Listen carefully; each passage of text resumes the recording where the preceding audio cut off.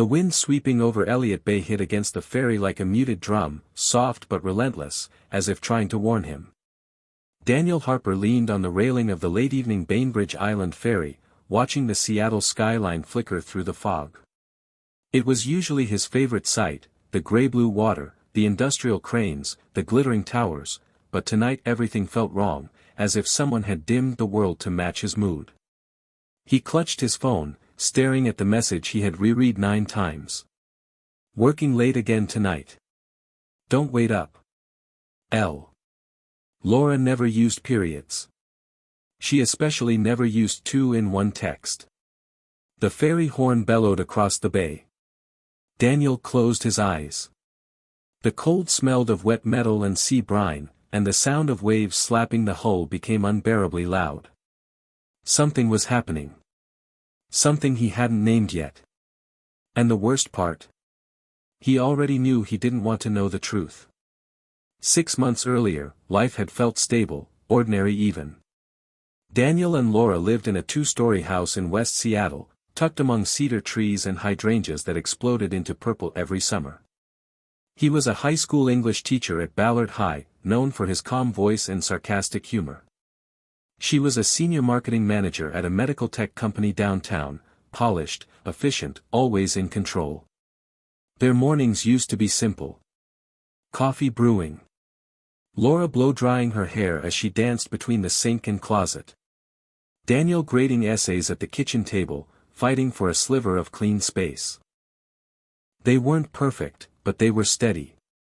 And then one morning, she changed her perfume. Something sharper. Something bolder. Something not meant for him. He'd noticed. He just didn't know what it meant yet. The first clue wasn't dramatic. It was subtle, the kind of clue that normally slips away unnoticed.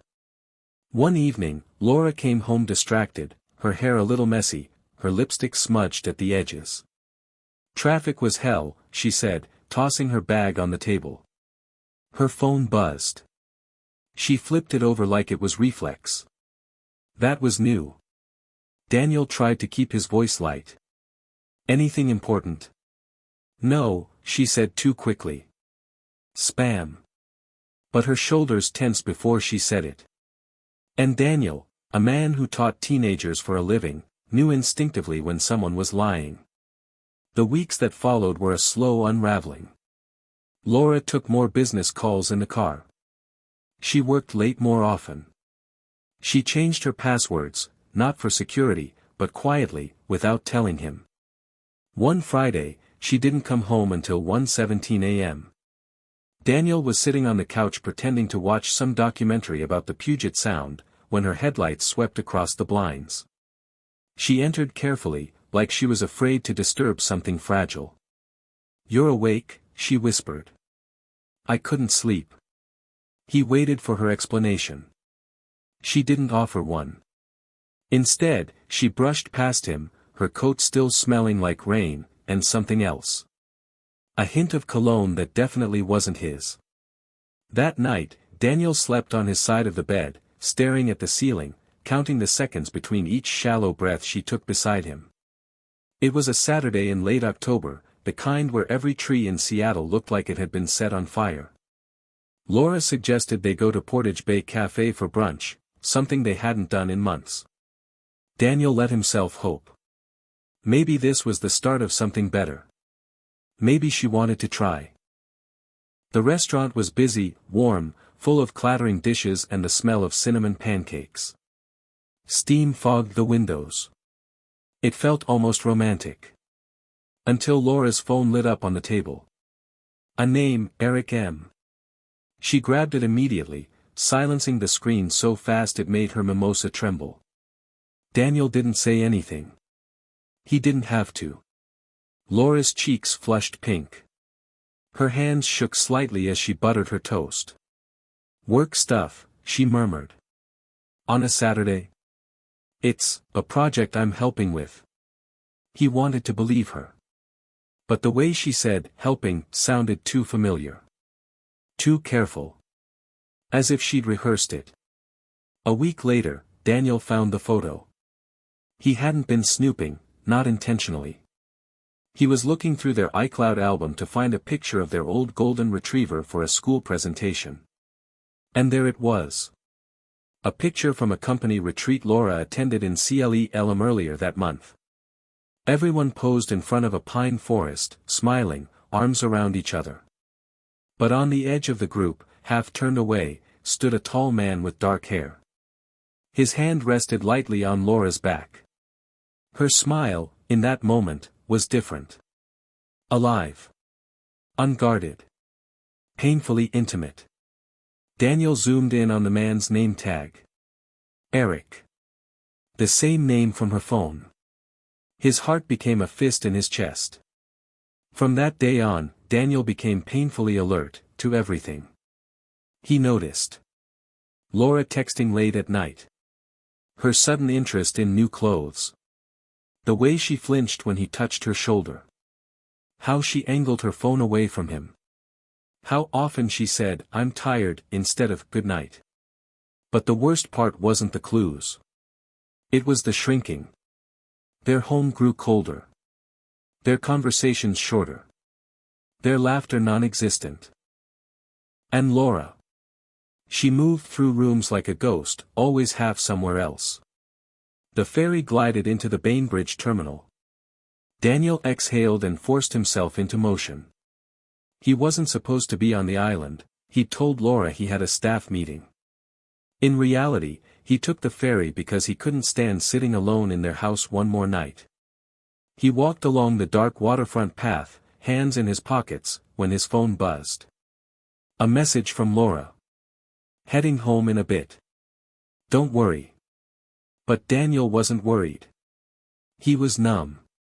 He stared at the lights across the water, Seattle shimmering like broken glass, and realized he had two choices.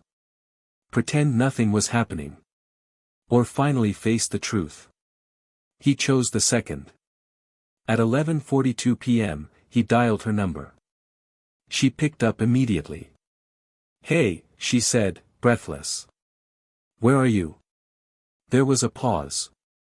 Too long. Just leaving the office. The lie was so obvious it felt like a slap. Daniel closed his eyes. "Laura, please don't lie to me." Silence. A long, icy silence. Then. "I'll be home soon," she said quietly. "We can talk then." He knew what talk meant.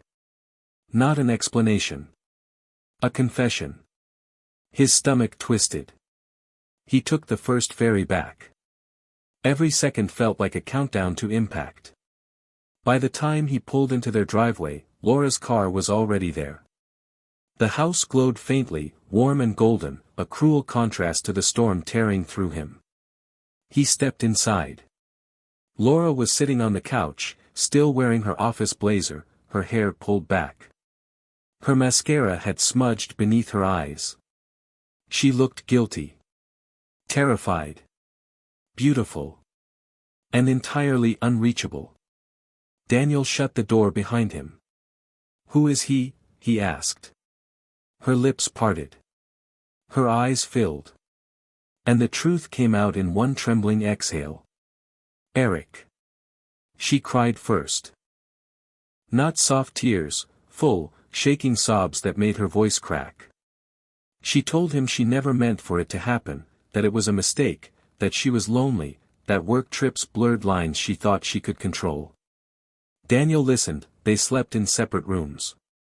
The house felt haunted, not by ghosts, but by memories that suddenly meant nothing. Laura asked if he wanted to go to counseling. Daniel said no. He wasn't angry. He wasn't screaming. He didn't throw anything or punch a wall. He simply stopped loving her in the way she wanted to be loved. And she knew it. One evening, Laura whispered through the half-open guest room door. "Are we done, Daniel?" He didn't answer. That was answer enough. Daniel wasn't a violent man, but pain makes people inventive. He didn't want to hurt her physically. He wanted to hurt her where it mattered most. Her reputation at work. Her carefully built image. So he gathered every message, every date, every timeline of her affair. Emails. Receipts. Photos. Unexpected gaps in her calendar. He never confronted Eric. He didn't need to. On a cold Wednesday morning, he sent a calm, professional email to Laura's company's HR department, attaching the evidence of the relationship between two employees, one of them being a senior manager evaluating the other's projects. It was devastating. HR launched an inquiry. Eric was suspended. Laura was put on leave pending investigation. And when she realized Daniel was behind it, she collapsed into a kind of grief he had never seen in her. "Why would you do this to me?" she sobbed. He stared at her, hollow. "You did this." The process was fast. Laura moved into a rented apartment near Capitol Hill, too ashamed to tell her friends the real reason. Daniel stayed in the house, the one she once picked out, the one where she now refused to return. Their final meeting was at a lawyer's office downtown. Rain streaked the windows. Cars hissed across the wet street. Seattle looked gray and exhausted, as if grieving alongside them. Laura's hands trembled as she signed the last document. She didn't look up when she whispered. "I loved you. You know that, right?" Daniel closed the folder slowly. "I loved you too. Just not anymore." They walked outside together. Cold November air brushed past them, scattering orange leaves across the sidewalk. For a moment, they simply stood there, two people who had once shared everything, now sharing nothing but silence. "I'm sorry," Laura said again. "I know." A pause. "Goodbye, Daniel." He nodded. And she walked away into the rain, her figure fading until she became just another silhouette swallowed by the Seattle evening. Daniel returned to his life, his students, his routines, his quiet house. Pain lingered, but so did something else. Relief. Not because he stopped loving her. But because the truth, as brutal as it was, freed him.